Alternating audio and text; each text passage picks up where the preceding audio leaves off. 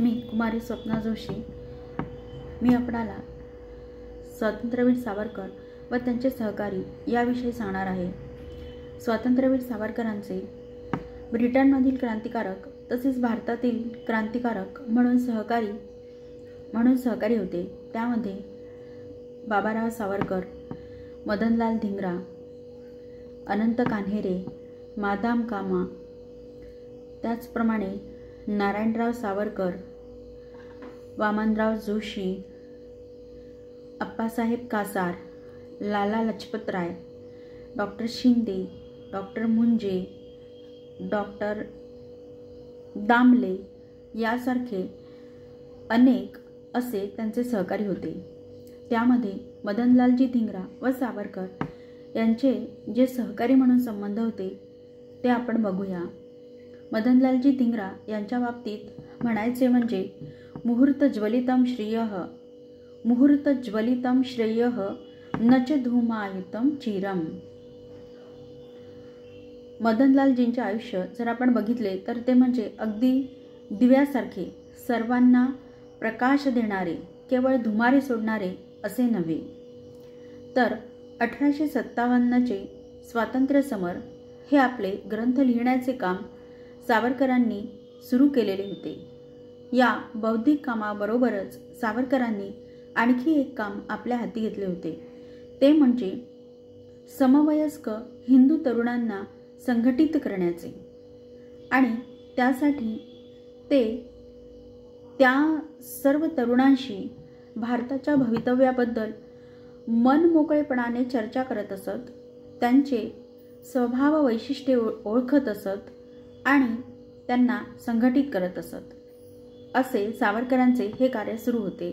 त्याचप्रमाणे त्याचवेळी सावरकरांनी एक गुप्त संघटनेची सुद्धा योजना केलेली होती आणि या गुप्त संघटनेचेच मदनलालजी धिंगरा हे सुद्धा सावरकरांच्या अतिशय जवळचे सहकारी त्यामध्ये होते. मदनलालजी धिंगरा व सावरकरांचे संबंध हे अतिशय जिव्हाळ्याचे होते. त्यासाठी कारण म्हणजे मदनलालजींमध्ये असलेला साहसीपणा आणि सोशिकपणा ह्या ज्या दोन गोष्टी आहे, ह्यामुळेच सावरकरांना त्यांच्याविषयी जिव्हाळा वाटणे हे अतिशय साहजिक होते आणि त्याच्यामुळे ते दोघंही एकमेकांशी, त्यांच्या संघटनेशी हे तद्रूप झालेले होते.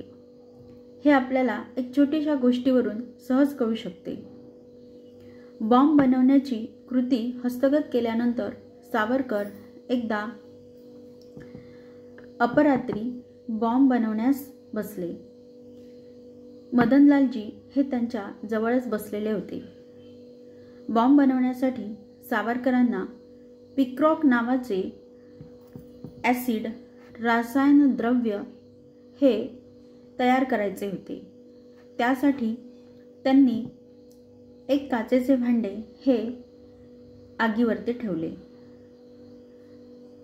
थोड्या वेळात जेव्हा भांडे उतरवण्याची वेळ आली तेव्हा सावरकरांच्या लक्षात आलं की अरे, भांडे उतरवण्यासाठी आपल्याला जो चिमटा पाहिजे आहे तो चिमटा आपण घेण्याचे विसरलो आणि त्याच्यामुळे आता हे भांडे तापून फुटेल आणि ॲसिडचा स्फोट होईल असे विचार सावरकरांच्या मनामध्ये चाललेले असताना लगेच मदनलालजींनी ते भांडे घट्ट पकडले आणि खाली उतरवले. परंतु यामध्ये मात्र त्यांची संपूर्ण कातडी जी होती तळहाताची ही पूर्णपणे पोळून निघाली. पण तरीसुद्धा मदनलालजींनी त्या गोष्टीकडे काडी मात्रही लक्ष दिले नाही. असे एक ना अनेक प्रसंग हे त्यांच्या बाबतीमध्ये घडले. यावरून सावरकरांना असे वाटायचे की जो व्यक्ती देशहितबुद्धीने प्रेरित झालेला आहे आणि देशासाठी प्राण अर्पण करण्यास तयार झालेला आहे, त्याचे हुतात्म्य हे प्रभावशाली ठरले पाहिजे आणि परिणामकारक ठरले पाहिजे. आणि म्हणून त्यांनी मदनलालजींना समर्थांच्या उक्तीप्रमाणे मार्गदर्शन करण्याचे ठरविले. त्यामध्ये ते असे म्हणतात की अचूक यज्ञ तो देव चुकणे दैत्य जाणीजे. म्हणून यापुढे आता आपल्याला योग्यरित्या काम करणे गरजेचे आहे असे सावरकरांनी मदनलालजींना सांगितले. आणि मग मदनलालजींनी अगदी राजरोसपणे आपलं गोळ्या झाडण्याचा क्रम सुरू केला. त्याचप्रमाणे रिव्हॉल्वर पण त्यांनी घेतले आणि अशा प्रकारे त्यांनी योग्य काम करण्यास सुरुवात केली.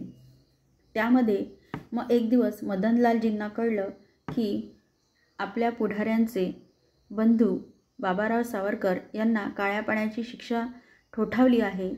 त्यावेळी मात्र त्यांनी पक्के ठरवले की आपल्याला ह्या गोष्टीचा बदला घ्यायचा आहे आणि म्हणून मग त्यांनी कर्झनवायलीचा वध करण्याचा कट रचला.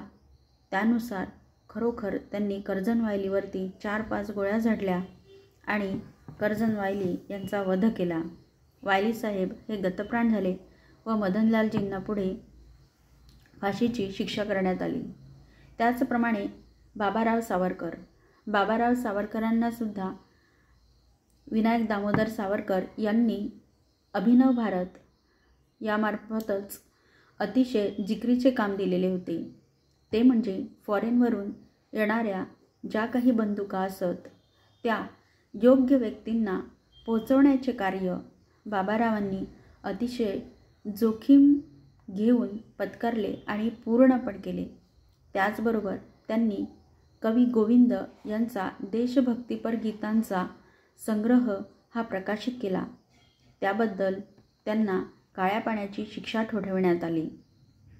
तसेच त्यांना अंदमानच्या जेलमध्ये अतोनात शारीरिक कष्ट हे सहन करावे लागले. त्यांना कोलू फिरवावा लागला आणि जेवणही